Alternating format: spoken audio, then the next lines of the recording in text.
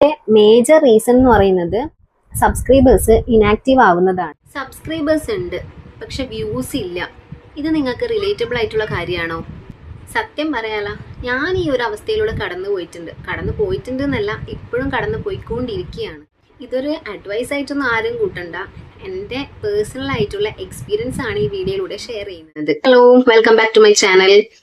അപ്പം നമുക്ക് എല്ലാവരും കരുതുന്ന ഒരു കാര്യമാണ് സബ്സ്ക്രൈബേഴ്സ് കൂടിക്കഴിഞ്ഞാല് നമ്മൾക്ക് കിട്ടുന്ന വ്യൂസും കൂടുന്നു. ഇത് ഞാനടക്കം എല്ലാവരും ചിന്തിക്കുന്ന ഒരു കാര്യം തന്നെയാണ്. ഇങ്ങനെ തന്നെ ആണ് ചിന്തിച്ചു വെച്ചിട്ടുണ്ടായത്. അതായത് എങ്ങനെയെങ്കിലും ഒന്ന് സബ്സ്ക്രൈബേഴ്സിനെ കൂട്ടണം, എന്നാൽ നമുക്ക് നമ്മളെ ചാനൽ സബ്സ്ക്രൈബ് ചെയ്യുന്ന എല്ലാവരും നമ്മുടെ ചാനൽ കാണും, വ്യൂസ് നമുക്ക് കൂടുന്നുള്ളത്. പക്ഷേ ഇത് വെറും പൊട്ടത്തരായിട്ടുള്ള ഒരു ചിന്തയാണ്. നമ്മൾ സബ്സ്ക്രൈബേഴ്സ് കൂടിക്കഴിഞ്ഞാൽ ഒരിക്കലും നമുക്കത് വ്യൂസിൽ കൂടൂല. എല്ലാ സബ്സ്ക്രൈബേഴ്സും നമ്മളെ വീഡിയോസ് കാണണമെന്നില്ല.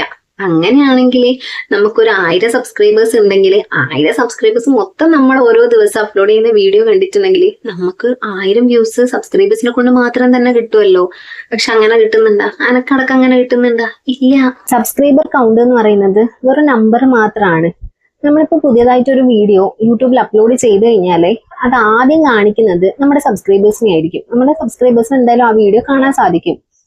ഇനി ആ വീഡിയോ നമ്മുടെ സബ്സ്ക്രൈബേഴ്സ് ഓപ്പൺ ചെയ്തിട്ടില്ല, അതായത് ക്ലിക്ക് ചെയ്തിട്ടില്ല എന്നുണ്ടെങ്കിൽ, അഥവാ ഇപ്പൊ ക്ലിക്ക് ചെയ്തു, അവർക്ക് ഇഷ്ടപ്പെടാത്ത ടോപ്പിക്കാണ്, ഫുൾ ആവുന്നതിന് മുന്നേ അല്ലെങ്കിൽ ഒരു പകുതി ആവുന്നതിന് മുന്നേ തന്നെ അവർ അതിൽ നിന്ന് ലീവ് ചെയ്ത് കളഞ്ഞാല്, സ്കിപ്പ് ചെയ്ത് പോയി കഴിഞ്ഞാല് യൂട്യൂബ് എന്താ കൺക്ലൂഡ് ചെയ്യുക?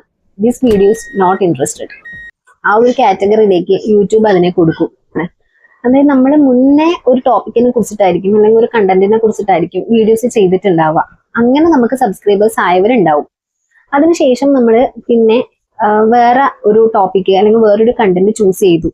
പക്ഷെ നമ്മുടെ മുന്നത്തെ, അതായത് ആദ്യം നമ്മളെ വേറെ ടോപ്പിക്ക് കണ്ടിട്ട് നമ്മൾ സബ്സ്ക്രൈബ് ചെയ്ത സബ്സ്ക്രൈബേഴ്സിനെ പുതിയ കണ്ടന്റ് അല്ലെങ്കിൽ പുതിയ ടോപ്പിക്ക് ഇഷ്ടമായിരിക്കില്ല, അവർക്ക് ഇൻട്രസ്റ്റ് ഉള്ളതായിരിക്കില്ല.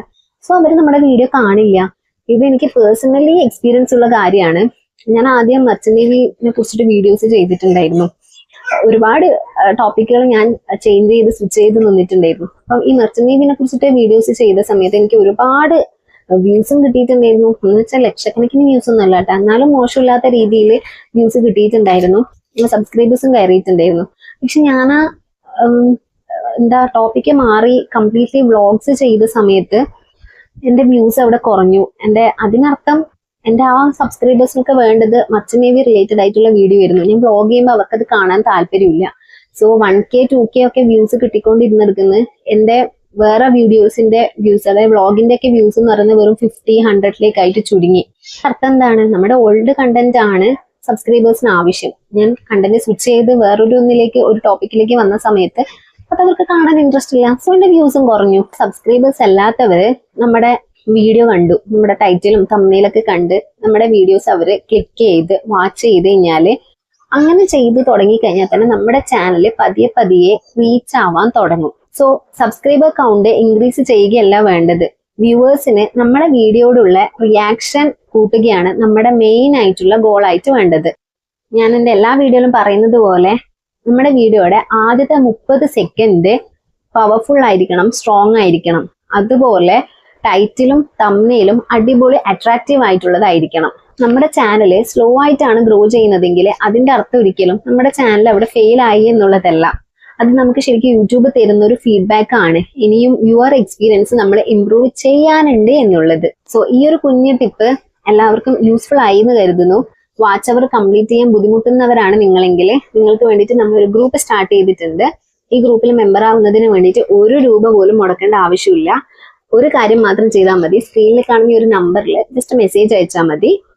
അപ്പം ഞാൻ എൻ്റെ ചാനലിൽ കുറച്ച് യൂട്യൂബ് റിലേറ്റഡ് വീഡിയോസ് ചെയ്തിട്ടുണ്ട്. അത് നിങ്ങൾക്ക് തീർച്ചയായിട്ടും യൂസ്ഫുൾ ആവുന്നതായിരിക്കും. അതൊന്ന് കണ്ടു നോക്കാം. ഞാനൊരു പ്ലേലിസ്റ്റ് ആയിട്ട് ക്രിയേറ്റ് ചെയ്ത് വെച്ചിട്ടുണ്ട്. വീഡിയോ കൺക്ലൂഡ് ചെയ്യുന്നതിന് മുന്നേ എൻ്റെ ചാനൽ ആദ്യമായിട്ടാണ് ആരെങ്കിലും കാണുന്നതെങ്കിൽ എൻ്റെ ചാനലിലെ വീഡിയോസ് നിങ്ങൾക്ക് ഹെൽപ്ഫുൾ ആവുന്നുണ്ടെങ്കിൽ ചാനൽ ഒന്ന് സബ്സ്ക്രൈബ് ചെയ്യാൻ മറക്കരുത്. അതുപോലെ വീഡിയോസ് ഒക്കെ കണ്ടിട്ട് ഇഷ്ടപ്പെടുമ്പോൾ ലൈക്കും കൂടി ചെയ്യാൻ മറക്കരുത് കേട്ടോ. അപ്പൊ അടുത്തൊരു യൂട്യൂബ് വീഡിയോ ആയിട്ട് വരുന്നത് വരെ ബൈ. Thank you.